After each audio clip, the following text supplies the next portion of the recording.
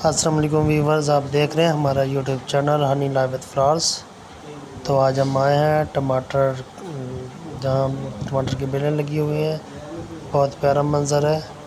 आप देख रहे हैं कि ग्रीन से टमाटर लगे हुए हैं और जो कुछ टमाटर पक भी रहे हैं, कुछ पक चुके हैं। आज आपको मुकम्मल इसका विज़िट कराएंगे जो टमाटो फार्मिंग हुई है, बहुत मॉडर्न टेक्नोलॉजी के तहत हुई है। आप देखें।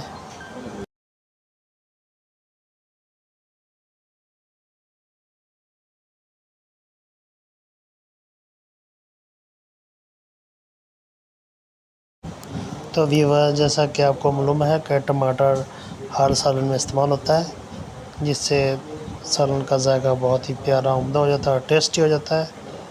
इस वीडियो में आपको मुकम्मल जहाँ जहाँ बेलें लगी हुई हैं टमाटर की, वो दिखाई जा रही हैं। आप इनको गौर से देखें और कमेंट बॉक्स में अच्छे अच्छे कमेंट्स करें। हमारी वीडियोस बहुत ही इंफॉर्मेटिव और इंटरेस्टिंग होती हैं। आप देख रहे हैं, और हमारा जो चैनल है हनी लाइव विद फ्लावर्स, इसको सब्सक्राइब करें और हमारी वीडियोस को आगे शेयर किया करें और हमारी वीडियोस और शॉर्ट्स को लाइक भी करें। शुक्रिया।